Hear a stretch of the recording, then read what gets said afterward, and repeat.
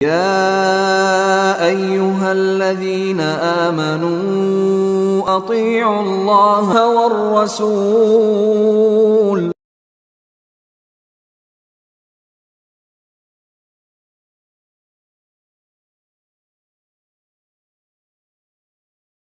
ایک اور بری چیز جو مسلمانوں کے درمیان ہے وہ مسلمانوں کا اختلاف ہے، فرقہ بندی۔ فرقہ بندی، الگ الگ فرقوں میں مسلمان تقسیم ہو گئے، اور یہ فرقہ بندی مسلمانوں کو برباد کر رہی ہے۔ آج ہماری ہوا جو اکھڑی ہوئی ہے، آج ہمارا رعب دبدبہ جو ختم ہو چکا ہے، وہ اسی اختلاف کی وجہ سے میرے بھائی۔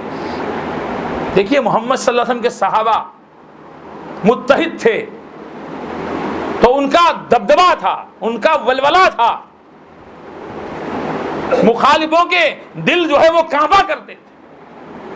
اور آج ہمارے اختلاف نے ہم کو برباد کر دیا۔ اقبال نے شکوہ کیا تھا سالوں پہلے کہ من پات ایک ہے، اس قوم کی نقصان بھی ایک ہی سب کا نبی، دین بھی، ایمان بھی ایک، حرم پاک بھی، اللہ بھی، قرآن بھی ایک، کچھ بڑی بات تھی ہوتے جو مسلمان بھی۔ فرقہ بندی ہے کہیں اور کہیں ذاتیں ہیں، کیا زمانے میں پنپنے کی یہی بات۔ ہم طلاق اور نکاح کے معاملات پر آج ایک نہیں ہو سکے، تو ہم پر بلائیں آنے لگی، پھر ہم بلبلانے لگے۔ اپنے سارے معاملات اگر ہم کتاب و سنت کی روشنی میں ہم نے حل کیے ہوتے، ہمارے یہ حالات نہیں ہوتے۔ آج ہماری فرقہ بندی آپ دیکھیے، شروعات سے آپ دیکھ لیجئے، شروعات سے آپ دیکھ لیجئے۔ اللہ کے نبی صلی اللہ علیہ وسلم نے فرقہ بندی سے روکا تھا۔ افترقت الیہود علی 71 فرقہ فواحدۃ فی الجنہ و70 فی النار۔ آپ نے پہلے ہی بتا دیا، یہود 71 میں بٹ گئے، یہود 71 فرقوں میں بٹ گئے، ایک جنت میں 70 جہنم میں۔ آپ نے فرمایا وَابْتَلَقَتِ النَّصَارَى عَلَى 72 فرقہ، نصارہ 72 میں بڑھ گئے۔ اب کیا دو جنت میں اور 70 جہنم میں؟ ایک بڑھانا تو بھائی 2 ہونا چاہیے نا۔ یہاں بھی آپ نے فرمایا وَ71 فِي النَّارِ، 71 جہنم میں، وَوَاحِدَةٌ فِي الْجَنَّةِ۔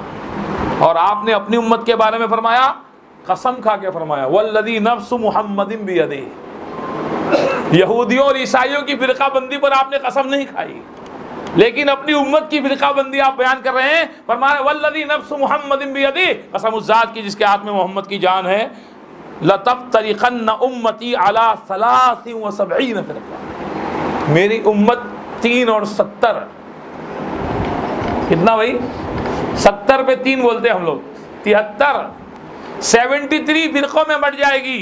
آپ نے فرمایا فواحدۃ فی الجنہ و72 فی النار، یعنی یہود میں بھی ایک ہی، نصارہ میں بھی ایک ہی، اور امت محمدیہ میں بھی ایک ہی جنت میں جائے گا۔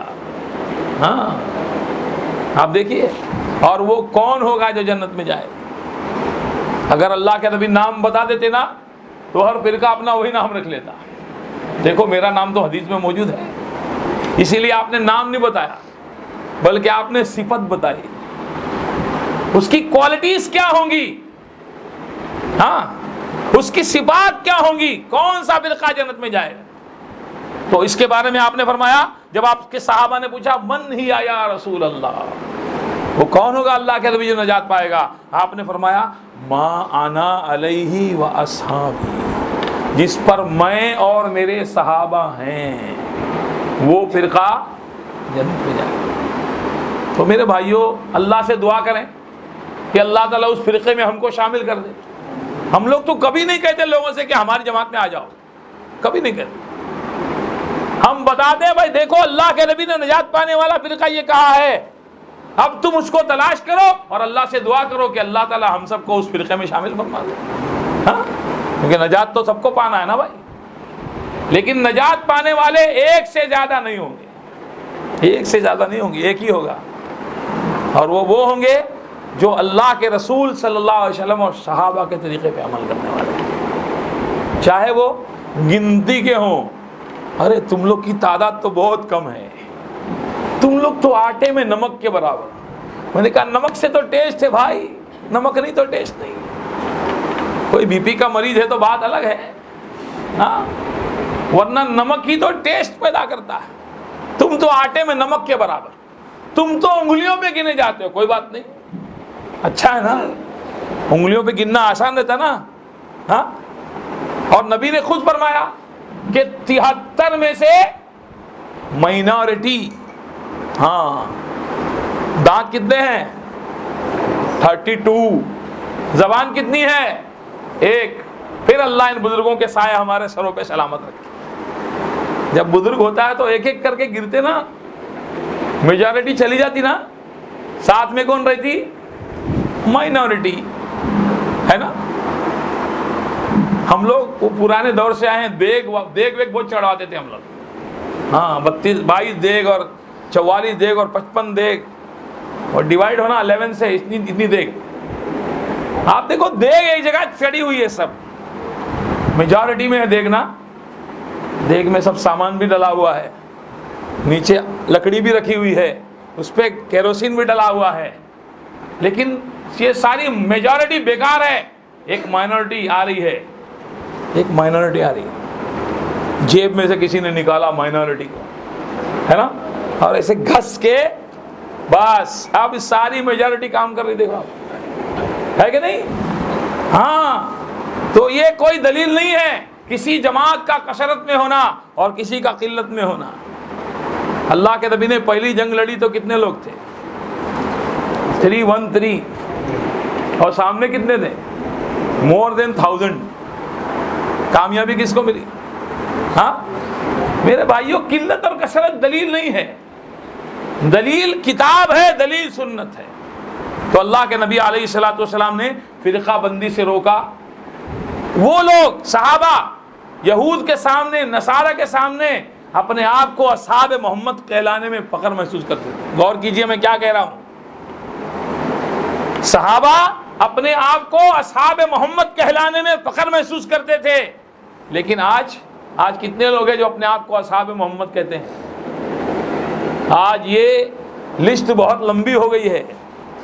پہلے مسلمان ہونے کے ساتھ محمدی ہونا کافی ہوتا تھا, لیکن ابھی آپ کو یہ بھی بننا پڑے گا, پھر یہ بھی بننا پڑے گا, پھر یہ بھی بننا پڑے گا.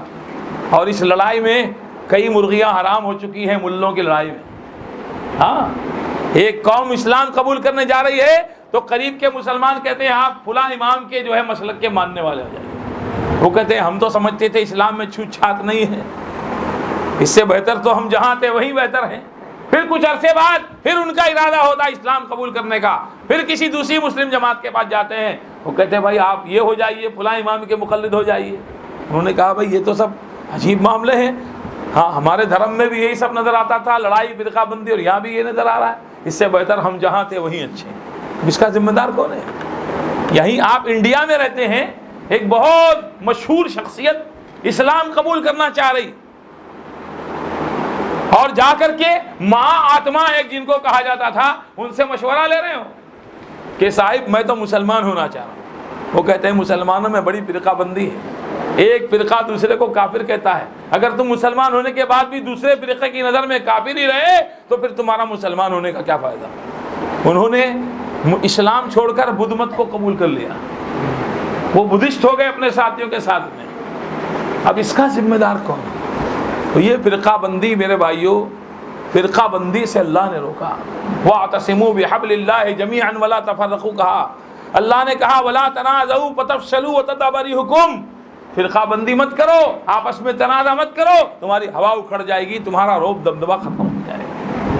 ہاں ہماری یہ فرقہ بندی, اس سے مخالف, اس سے دشمن فائدہ اٹھا رہے ہیں, اور سازشیں ہیں, مسلمانوں کو آپس میں لڑانے کی سازشیں ہیں کہ مسلمان آپس میں گتھم گتھا رہیں, ان کی طاقت آپس میں لڑ کے ختم ہو جائے. یہ سازشیں ہیں میرے بھائیوں, ان سازشوں سے ہم کو بہت خبردار رہنے کی ضرورت ہے. تو اللہ تعالی ہم کو ہر طرح کی فرقہ بندی سے بچائے.